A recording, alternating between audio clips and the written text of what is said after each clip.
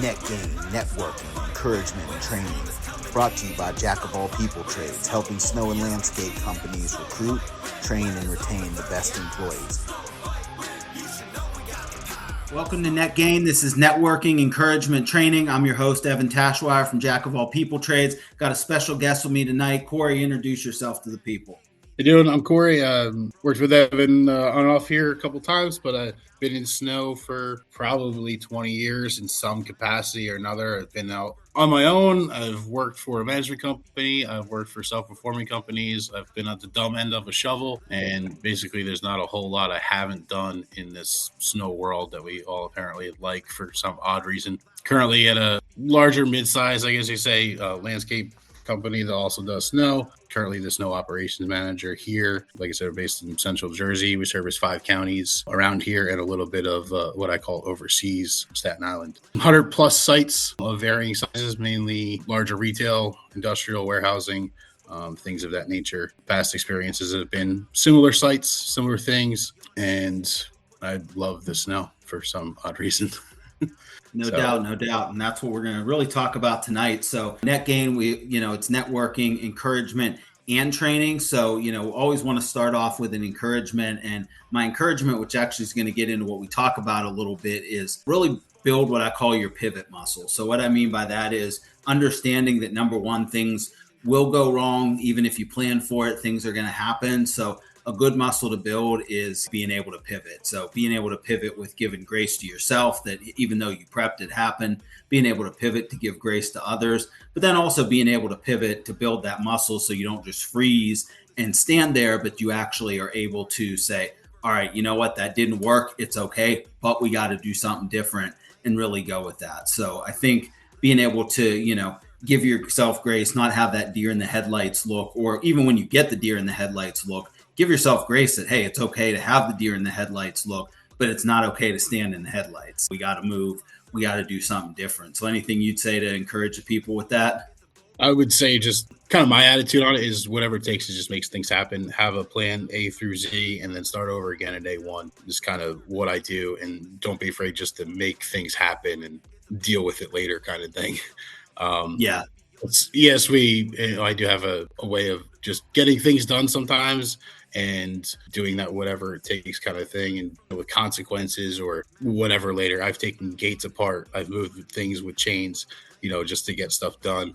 But don't be afraid to just go out and get it done, whatever it takes. So 100%. So basically with that, pivot muscle is, execution's the name of the game. Like basically identify what needs done and then find a way to do it, obviously safely and ethically.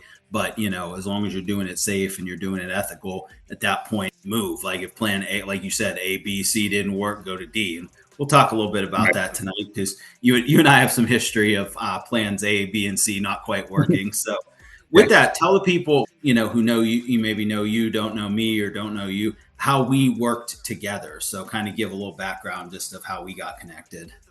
So at a management company that we both worked at, I was, boots on the ground, if you will, in the field in Jersey, managing a bunch of sites. And Evan was kind of basically our HR guy, hiring people and helping us find people, staff our sites, and just have people, since he is the people guy.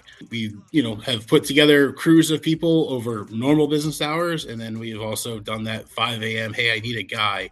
Can you start making phone calls? And we produced a person who stayed with us all through the season with a literal interview in the middle of a snowstorm in a parking lot.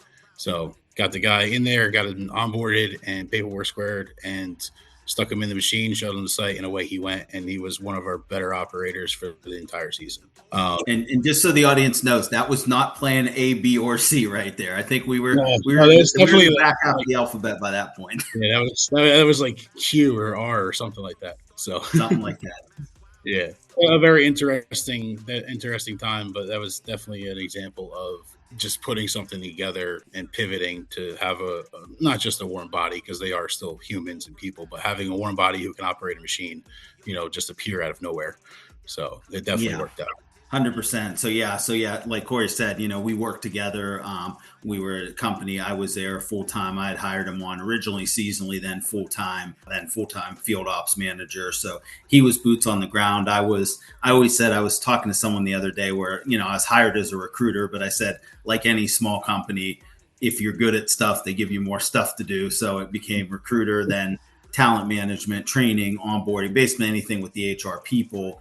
And then since I was recruiting self-perform, I, became the dispatcher, and then eventually was managing kind of the project plans, which was great because I got a lot of experience and breadth I wouldn't have got if I was just recruiting people. And it helped me really understand what I'm recruiting for, the hours, especially when you're dispatching and you see who shows up and who does the job versus who kind of backs out and doesn't fulfill their obligation. It gives you a better sense of like, all right, why did that person fall short? What do I need to look for next time? So you and I had those conversations about, if something did or didn't work, what did we miss here? What did we hit here? I mean, I think we definitely hit more than we missed, but, we learned from our misses too.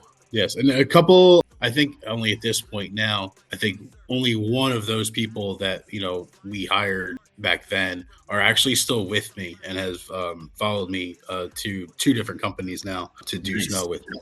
So I was seasonal loader, truck, basis, or whatever it would need. And he was actually here the other night helping set up sites. So finding the right people and you find that one person to actually do stuff is definitely key. Yeah. So with that, talk to the audience a little bit as we get into the training part of Net Gain. I always like to have a conversation. Tonight's is really around boots on the ground in snow removal operations. So really going to be picking Kory's brain on some different stuff. And I like to take a few takeaways that we give to the audience, being that I'm a trainer and teacher by trade. So first thing, Kory, how do you prepare for winter operations before the season? So talk a little bit about that. So obviously it's always changing as to far as what sites are coming in and when, but preparing is how big is the site? What does the site need? What kind of site it is? And then looking at it operationally of, is a skid steer going to work? Is a backhoe better? Is a truck going to be as efficient as a skid steer in this specific site? And they're all changing constantly based off of what resources you have available. So planning what goes where, you have obviously, again, plan A through Z and then start over again. But preparing for it is making sure we have the equipment that we need, the people we're going to need, and then backup resources should something fail or should a person fail. So it's always that plan A through Z thing for me, is making sure I have the first two plans and then having a backup half plan of what's going to happen later on. Physical preparing, checking trucks, checking machines, checking pushers, edges, lines, electrical things, and also having parts on the shelf in our shop to make sure that should something fail, we don't have to bring the machine completely down or the truck completely down. It can be down for an hour and then get fixed almost instantly. Getting stuff, sites set up is planning to get everything out there, all the stuff from our yard out to the sites, who's doing it, what truck are they using to take it there, how much bagged ice melt do we need, how much bulk do we need. All of these things all go into the planning. And then again, of course, having a backup plan.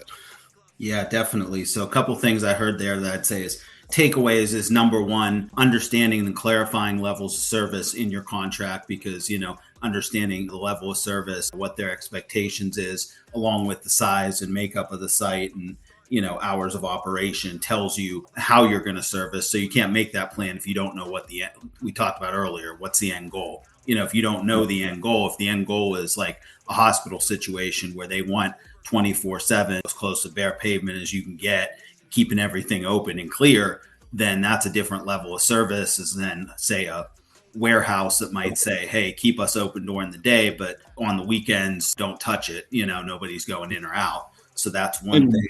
And then I think a second takeaway you said is definitely talked a lot about documenting who's going to do what, having backups, being prepared. But I think shout out to Scott Lesak, who he's the one that, really said this well about effort doesn't scale, systems do. So I think systems and checklists for how you do stuff in preseason prep really helps you scale, because then, like you said, you can pick up hey, it's time to get trucks ready. Okay, pick up the checklist, who's doing what, or get it up on your phone. Even with certain technologies, you can assign who's doing what. So it actually goes out to each person where it's like, hey, okay, I have to do this, this, and this. or even if it's not that, if you have a centralized Excel doc or centralized even paper sign-off sheet, anything that you have to document who's doing it, that really is Right. what helps your company scale, is those checklists and those procedures, so that you can rinse and repeat. And obviously you can make the exception off of if you have to in certain situation, but you don't have to reinvent the So wheel off the simple things. yeah, so we use site photos here at this company, and I took most of the summer and I made forms for probably almost literally everything that Nice. we do here in the fall, and of course through the winter as we stock our sea box containers we keep on certain sites. There's a form for what did they put in it. They have the list of stuff that has to go there, but then they document it and it goes in there. There's a form for checking in the container itself because they're rentals. There's a form for checking in some of the equipment that we rent. There's a form for checking in the machine before you start using it in a storm. There's a form for checking it out. So there's forms and processes and procedures for literally almost every aspect of our snow operation. So some of them need some tweaking as we go through and use them. I mean, I made them, July, and now here we are in November, and some of them need some tweaking of some orders of things and stuff like that. But the process is there. The same with after an event, we have a form and a policy and a checklist and a procedure to restock our containers, refill the machines with diesel fuel and DEFLU and et cetera. There's a process and procedure for everything. So Scott is definitely onto something with that one. So. And you said you were able to throw all that in site photos so like everybody can access that? Yeah, so the form was made. There's a form builder section of it, and we give, depending on the site, it gets attached to the site, and then depending on who's going to be using the form, they have access to it as well. So. Okay. No, that's really dope. And that's a way to, again, use technology, attach it to your site, because anything that you can kind of streamline and attach together makes things easier. Mm-hmm. But kind of transitioning, talk about how do you motivate a team during the storm? So when it's going, whether it's a long hours, it's tough conditions, how do you motivate that team and keep them motivated? So me personally, I am literally on the phone for almost an entire event, checking in on people. Motivating them is like, hey, it's almost over. But, motivating them like, hey, you're doing a good job. This looks great. This section that you cleared or this section that you shoveled or salted or whatever, you did a great job. And then just kind of backing that up with like, hey, can I bring you anything? I'll buy my guys coffee, snacks, water, whatever they need. I'll bring it to them because I'm out and about out there with them in the crappy weather. And I know how it is. So, whatever I can do to make their job slightly easier, I will try and do it and just keep them staying, checking in at like a 4-hour, 8-hour, 12-hour, 16-hour mark of like, hey, are you good? Do you need to go home? Do you want to get out of the machine, go sit in your car, your truck for a little while? Do you want to, park the truck you're in for a little bit? Like, it's fine as long as we're like kind of up to date and not behind the storm, but, where we should be. If they need a break, it's knock yourself out. So I'd rather you go take a 20-minute power nap than crash machine through a building. But, just reminding them like, hey, you're doing a good job. The work you're doing matters and we appreciate you. So. Yeah. So a lot of what I heard there is definitely, like you said, recognizing them, and not just recognizing at the end of the storm, but recognizing throughout, because that's best practice from an HR people side on recognition is as people do good things. Like, for example, on a software install project, you don't just say good job when it's done. You say good job along the way when you develop. Like, same thing with, we'll put it in operations, those forms that you're building. You don't just say good job when we're done with the season. You say, hey, good job building that form, or hey, I noticed you got those trucks prepped today. Great job on that. Same thing in storm, recognizing. And I think the big takeaway I'd say, I think you encapsulated well, was be there with your people. Be in the field with them. Be willing to, get them that coffee, that water, see if they need that break, check in, and just be present with them. Understand, empathize with what's going on, do what you can to help and adjust, pitch in if you can in certain situations. And also, I think be there. I'd even encourage anybody on here, not just those who are in the field, but even those in the office. Great story I heard Steve Smythe was sharing when he was on here about people in the office, would prepare like sandwiches and go bags for the team so that they could swing by the shop and grab stuff, or somebody could come by and grab them. Like in your situation, you could come by and grab them and go around and hit all the sites. So even while they weren't there in that way, they're still there. And I think be there too, even if you're on the dispatcher support side in the office, be there with the right attitude too. You know what I mean? And knowing that your people in the field are, I want to say killing themselves, but straining. They're struggling. It's long, it's hard, it's thankless, and you've got to be there with that attitude to support them. So I think that be there is a great way to motivate the team in the storm. Anything you'd add to that? Yeah, no, I mean, the support that we have in office everywhere I've been has always been good. They back us up on the administrative side and making sure things get documented correctly. So obviously, yes, we can build because we don't all do this for fun. But make sure we can build properly, correctly, and as soon as possible to get that in. So the support from the office is good to have some people that back you up the way they're supposed to.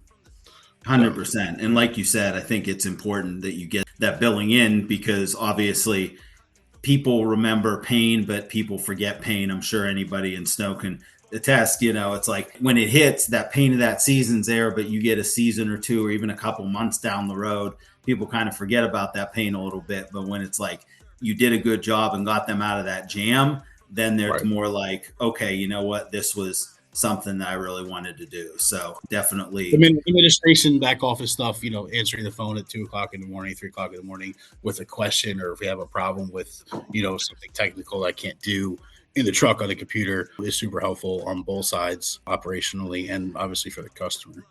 So yeah, 100%. Yeah, other thing too I want to add to too with supporting the people that are in the machines or are in the trucks is go and see them. I've actually offered more than once, go find a guy in the machine, like, here, get out of the machine, go sit in my truck and take a nap. I'll get in the machine because it still needs to happen, but he needs a break, and I don't get to plow much snow anymore, which is, kind of sad. Yeah. No, I think that's a great takeaway for leaders is, like you said, be willing to pitch in, be willing to say, hey, take a power nap in my truck. I'll pitch in if when you can do that. Another thing I'd add from the office side, because, my experience is on the HR recruiting side, I would say to anybody in an office role in a snow company, definitely take some ride-alongs with your team. And to the flip side, in the ops team, offer those ride-alongs. I know my first season, that was really helpful. A couple different people took me on ride-alongs, one during a plowing event, one during a salting event, and to be able to hear the action, to see what was happening, not just teach about it from an academic standpoint, but to see, okay, this is what it looks like in action. Okay, when I say this in training, this is what it actually looks like in the field. So, okay, maybe you can't calibrate that as much. Maybe this isn't as an exact science, but you still see all the different things that happen. And I would say to anybody in that office role too, when you do that ride along, have your notebook and ask questions, ask why you're doing things, write things down. Given the ride alongs, I'd say do them, start with a salting event, start with something maybe lighter that, is more routine. But if you get a chance to get people out, definitely have the right people do it, and obviously put them with the friendly people. We don't want to put them with the, neighborhood crowd. Not that, you have too many, but want to encourage them to come back. You know what I mean? Yep. Let's see how quickly things can change. You can go from everything is quiet, dare I say that word, to everything breaks at the same time on Sunday at 2:00 in the morning when you can't get parts. So yeah. And that's another thing you can see is that, so kind of led right where I was going to go with the last point here is, so talk about what do you do when you have those moments where things break, you can't get parts, something goes haywire, give me a good haywire story that you've had to deal with. Not that you've ever had any, but I'm sure you've had the time. Well, nothing ever breaks. I mean, it was right before a storm where we had overnight parts from Canada for a metal press. So there was that. But, as far as in a storm, things just break. And that goes back to the preparing of stuff. Do I have another salter motor on the shelf? Do I have hoses already made for hydraulic lines on a plow? Do I have an extra spinner? Do I have an extra set of headlights? Do I have an extra plow? Do I have an extra push box? Whatever it may be. As far as stories, I mean, I probably have 100 of them or more, but just making something happen out of nothing is definitely amazing sometimes. I mean, there's one when I was on my own, first plow down at the first site I tried to do, popped the hose. There was no stove banks to short chain it to get it somewhere. I plowed snow probably for about 15 miles from the site to a repair shop to get it fixed because that was the only option. There was no jack available. There was no snow banks to run it up into because it was, just started to be go time. So making things happen out of nothing. So, yeah. So just like you said, I don't have any good stories, but I mean, I do. I just can't really think of one. So Yeah. I'll share the one that you kind of alluded to earlier. It's the first storm you and I had worked together when I was dispatching for your sites in Jersey. And I remember going in, we had a very full roster. Like I had probably every slot filled and then like a couple people back here. And I'd even been interviewing, which pro tip for hiring operators, overhire, always interview if somebody calls and is interested, even if you're quote unquote fully staffed. If you have two shifts or whatever, keep interviewing because you never know who won't pick up the phone or get sick or fall off. So always make those calls. And, so I was building what I thought was our bench at that point. And I remember I started making calls and one guy doesn't pick up after multiple calls, and this was people I had confirmed availability with weekly, couple days before the storm, like had been corresponding with. Two or three guys don't pick up, so I'm going down the chain. Then I'm getting into some of the guys that we had kind of on the backup list, and I'm going through everybody I've had contact with that that you and I had interviewed by that point. We finally get to fully staffed, or so I thought. And then one of the guys calls me. I don't even know if you remember this. Calls me like on his way there. He's like, "Yeah, it's too snowy. I'm not going out." And I'm like, "Really, dude? Like, really?" So remember that guy now you said. Yeah. So I remember that was probably about 4 a.m. He gave me that call because I dispatched him overnight. And I had checked because I had like a little down window after I thought I got everyone out where I was just checking Indeed. And I saw a resume happen to pop in there. And so Kory's like, "We need someone in this machine." I'm like, "Well, somebody applied at 3 a.m. So I'm going to give this person a ring and see if they up." So sure enough, they were awake. And I was like, "Hey, you want to work?" I'm like, again, that was about plan Q, not the first thing I advised, but I told him, I gave him a quick phone interview just to kind of vet that he generally knew what he was talking about. And he's like, "Yeah, I plowed, I've ran this, da, da, da." I'm like, "All right, here's where you're going. I'm going to talk to my guys." I called Kory on the way. I said, "I can't promise you anything than other than what he told me on the phone. And, here's his resume, but, vet him real quick, see if he can run, even if you put him on the easy stuff." And he worked with us, the whole season from that point? Yeah. Yep. And the following season too. Oh, wow. Yep. So the 5 a.m. hire, plan Q really worked in that situation. Yeah. So another haywire one is a company fail at one site that got about 36 inches of snow, made 2 phone calls and mobilized an entire different company from a different part of the state. Lowboys, deck over trailers, the whole 9. They just rolled in, 4 trucks deep, 5 machines, and they just felt like the stuff just appeared. We got it done and site open by 6 a.m. and that had started probably about 2:30 in the morning. You mean the whole the first 2 phone calls of, "Hey, I need you to load up your stuff onto your lowboy and your deck over trailer, drive an hour south into a snowstorm where there's 3 feet of snow and make something happen." And they did. So yeah. Now, was this a company you had any kind of relationship with, or was this a cold out the blue call? It was a company that I just met, and they did not do anything yet, but I knew they had the stuff, and they answered the phone. So okay, well, that's and they like, "Hey, we like you. We'll come work for you." Obviously, there was dollars involved in it, but they made it happen, and they showed up, and it saved a lot of people's butts. So yeah, no, that's a value of relationship building and going that extra mile for people. And I think that's a takeaway too, is go that extra mile for people, because you never know when you're going to need them to go that extra mile for you. So yep. I think those relationships are really important. As we close here, Kory, anything you'd say before I open the network time here? I guess leading into the networking part of it is to network with people that are not in your primary service area, because you may be getting snow and need them, and they're not getting anything and they're willing to come to bat for you. Is to know people and build a relationship with them so they can come help you, or you can go help them if needed. So, and just talking to them constantly so they don't forget about you, or you don't forget about them. I know people from Massachusetts to Maryland and Delaware and Virginia and stuff that I know I could call if I ever needed, provided they're available to do so. They would come help me. So, and I would definitely. No doubt. So leading into your networking part is talk to people. There's so much networking available in this business, between Simon stuff, the stuff that Storks does, the stuff you're doing, and all the other networking stuff. I encourage people to go talk to people, shake somebody's hand. Some people look intimidating, but they're the nicest people in the world. So 100%. And we're all in the same crazy business here, and knowing people is definitely helpful. Yeah, no doubt. Well, this has been Jack of All People Trades, Net Gain, Networking, Encouragement, Training. If you like this podcast, make sure you subscribe on all your major podcast channels. If you are a snow or a landscape company that's looking to hire, retain, and train the best people, definitely hit me up. We can have a talk. Appreciate y'all. I'm out.